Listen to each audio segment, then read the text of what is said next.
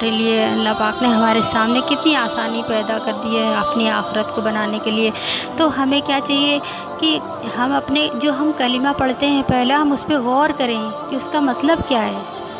اس پہ غور تو کریں کہ ہمارا اللہ ہم سے کیا چاہ رہا ہے۔ نبی کریم صلی اللہ علیہ وسلم صحابہ اکرام کے بیچ میں موجود تھے اور نبی کریم صلی اللہ علیہ وسلم تربیت دیتے تھے صحابہ اکرام کو، اور انہوں نے صحابہ اکرام کی زندگی میں کچھ 6 صفات کی انہوں نے تعلیم دی تھی، جو اگر ہم کامیاب ہونا چاہتے ہیں تو ہم بھی ان کی زندگی کو دیکھیں، صحابہ اکرام کی زندگی میں دیکھیں کہ کیا کوالٹیز تھیں، وہ 6 صفات آخر کیا تھیں۔ ہمیں یہ جاننے کی کوشش کرنا تھا، کیونکہ ہمیں بھی کامیاب ہونا ہے انشاءاللہ تعالیٰ، کیونکہ ہمارا ایگزامنر نے کہہ دیا ہے کہ جو بھی نبی کریم صلی اللہ علیہ وسلم کے طریقوں پہ چلے گا وہی 100% کامیاب ہوگا، اور جو غیروں کے طریقوں پہ چلے گا وہ